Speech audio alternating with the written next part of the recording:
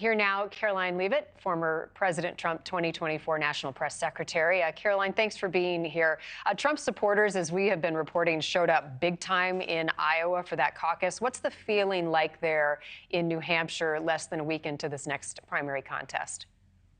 Well, the momentum is certainly continuing here on the ground in New Hampshire. First of all, the Iowa caucus win was historic and unprecedented for the former president. He won by a historic margin of 30 points. He won 98 of 99 counties and won across every single demographic across the board. Like I said, that momentum has trailed him here in New Hampshire. I was at his first stop last night in Atkinson, New Hampshire. There were hundreds of people waiting outside in the freezing cold and snow to hear from the former president. He will be back tonight for another great event and every single night between now and the big vote next Tuesday. He remains in a very good position to win this first in the nation primary. Let's not forget that President Trump has a deep bond and connection with the people of this state. This was the first state that propelled him to his historic victory back in 2016. He obviously won it in 2020, and he will be winning it again next Tuesday. Haley, though, Karoline, is polling a lot higher in New Hampshire than she did in Iowa, and as a result, the former president has targeted her in some recent comments, one of which is calling her U.S. citizenship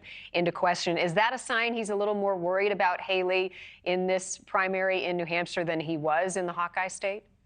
Well, no, it's not too hard for Nikki Haley to do a little bit better than she did in Iowa, considering she got absolutely demolished and came in third place. But it is important that voters know Nikki Haley's record, especially Republican voters who will be voting in this Republican primary next Tuesday. And I can tell you that many of Nikki Haley's policy positions and past statements are the antithesis of New Hampshire conservative values. For instance, her record on the border. She is for amnesty. She did oppose President Trump's border wall, which is wildly popular with New Hampshire Republicans. She also recently took heat for saying that illegal immigrants are not criminals. That is a statement that New Hampshire Republicans and all New Granite Staters, mind you, vehemently disagree with. If you cross our nation's border illegally, you are by definition a criminal. So Granite Staters want someone who is tough, who will secure our nation's border, rebuild our economy, bring down energy costs. That's something people here have been really hit hard by because of the Biden administration's policies. President Trump can do all of that. Nikki Haley is not strong enough to, and you'll see that be proven next Tuesday. Nikki Haley says it's a two-person race. She will only debate if Trump is on the stage. Is DeSantis a factor for the Trump campaign? I just think it's funny that Nikki Haley says it's a two-person race when she came in third. However, when it comes to Ron DeSantis, his campaign has been an epic failure since the beginning. If you recall, back in May, he was polling in second place in New Hampshire. Now he's dropped like a rock. Before Chris Christie dropped out, he was polling behind him. I think it's because I'm from here, so I can speak to this.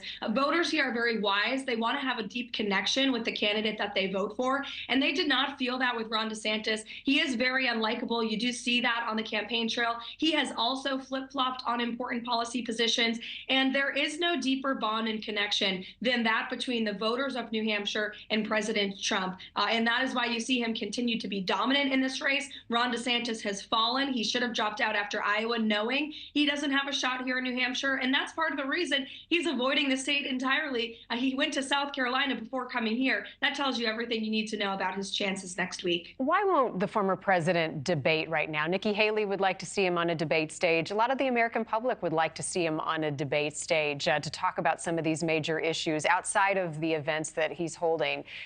What's the hesitation?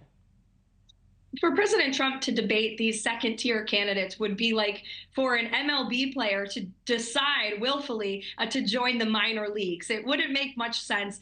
He is out there on the campaign trail every single night talking directly to voters. He did multiple town halls in Iowa before the lead up to the caucuses. It obviously worked. He has done multiple rallies and smaller, more intimate events here in New Hampshire as well, like the one last night and also tonight too. So he speaks directly to the voters. He unveils his robust and extensive policy vision for the next 4 years. If you go to his website and click on Agenda 47, you will see more tangible policy solutions to the crises that we face in this nation than any other candidate.